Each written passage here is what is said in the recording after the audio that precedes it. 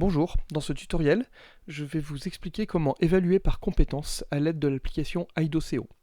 Évaluer par compétence à partir d'une évaluation en notes chiffrées, comme ici par exemple des notes obtenues lors de différents contrôles. Je suis professeur de musique, j'ai des élèves qui ont une note en chant, des élèves qui ont une note en contrôle écrit, et je veux arriver directement à ce résultat-là, soit avec mes compétences disciplinaires que vous avez ici, soit à partir des compétences des domaines du socle.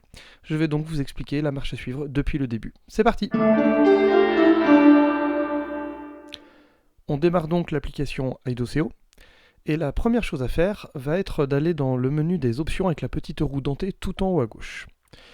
Dans cette liste déroulante, vous avez options dans carnet de notes et il va falloir activer les compétences clés, troisième ligne en partant du haut. Je les active et lorsque je fais OK, l'application va me demander de redémarrer IDOCO. Je fais donc OK. L'application se ferme toute seule, je la relance.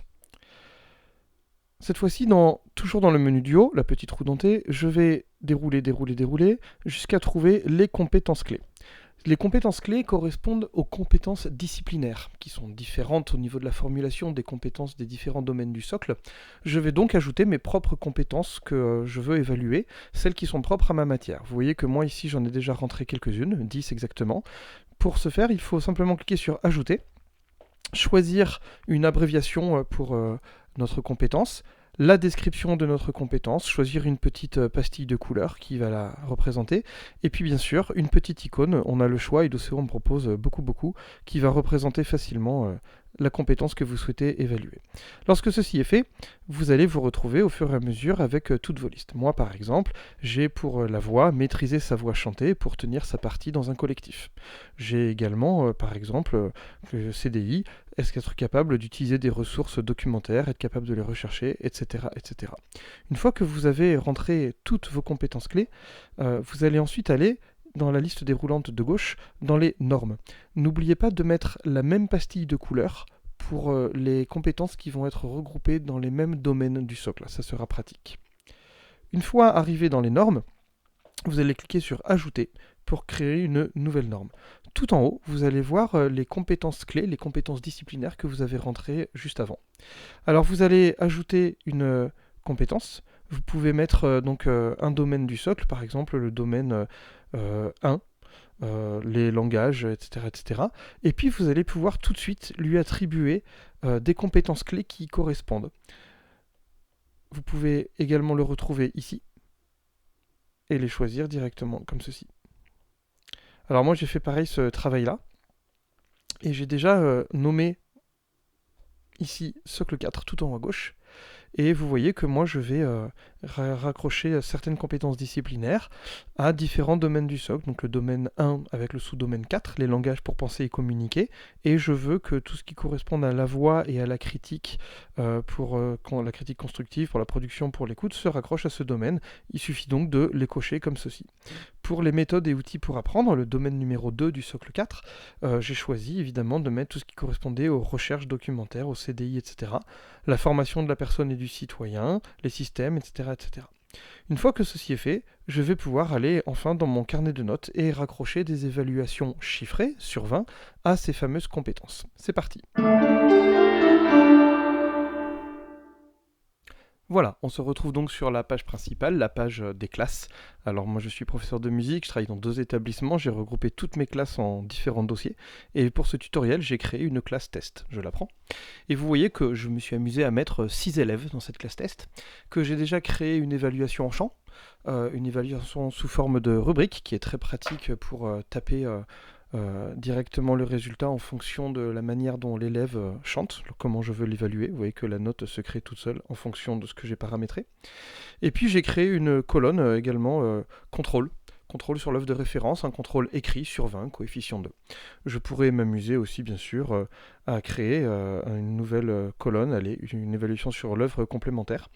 Et lorsque je vais double-cliquer sur l'entête, vous voyez qu'en bas j'ai norme compétences clés et je vais pouvoir rajouter la norme que j'avais choisie. donc c'est-à-dire un des domaines du socle qui va être évalué. Par exemple ici, les systèmes naturels et les techniques.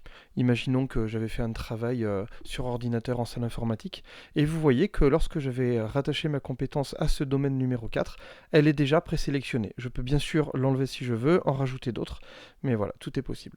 Donc on va imaginer que ça correspond bien à ce que j'ai choisi. Je rentre les notes de mes élèves complètement au hasard, bien sûr. On va dire que celui-ci a 20, que celui-ci a 20, voilà, que celui-ci a 14, que celui-ci a 8, que celui-ci était absent, et que celui-ci a eu 8. Voilà, je me retrouve avec différentes colonnes de notes. Dans ma colonne champ, j'avais bien sûr choisi ici le norme numéro 1, avec de présélectionner mes compétences clés, ce qui concernait la voix et critiquer pour construire. Dans mon contrôle sur l'œuvre de référence, en contrôle écrit, j'avais choisi dans les normes les représentations du monde et l'activité humaine, c'est-à-dire être capable de se repérer dans le temps, situer une œuvre, différencier différents styles musicaux, etc. etc. C'était déjà paramétré. Et là où Aidoseo est vraiment bien pratique et bien conçu, c'est qu'il vous suffit en haut à gauche d'aller cliquer sur Résumer. Et dans les widgets, ici, d'aller bien choisir le widget compétences clés et widget normes, de bien les sélectionner. Alors parfois ils sont tout en bas, il faut aller simplement les cocher et puis maintenir appuyé pour pouvoir remonter et les placer là où vous voulez. Donc moi j'ai bien mis compétences clés et normes et je retrouve effectivement voilà, mes compétences clés avec les points de couleur. Et en dessous, les normes, c'est-à-dire les domaines du socle, validés ou pas ou en cours d'acquisition. Je peux bien sûr exporter directement en PDF, l'envoyer par mail, l'envoyer directement par mail, l'imprimer, etc., etc. C'est ça qui est très pratique. Alors on peut bien sûr, au lieu d'utiliser des points de couleur, utiliser une notation sous forme de lettres. Ici, dans les trois petits points en haut à droite, vous avez un sous-menu qui apparaît avec type de note. Et on peut très bien imaginer, par exemple, voilà, des lettres de A à F. Et vous voyez que les points de couleur se transforment immédiatement. Tout ceci est bien sûr paramétrable dans Aidoseo. Je pense au logiciel Pronote, par exemple, qui est souvent utilisé dans les collèges et les lycées français. C'est souvent une utilisation avec les codes de lettres et le raccourci clavier Alt 1, Alt 2, etc. pour évaluer par compétence. On peut faire bien sûr pareil pour les normes. Voilà, j'espère que ce tutoriel vous aura aidé. Si vous souhaitez d'autres tutoriels, d'autres aides en français, car on trouve beaucoup de choses en langue étrangère sur Aidoseo, mais pas beaucoup en français, n'hésitez pas à me le mettre dans les commentaires.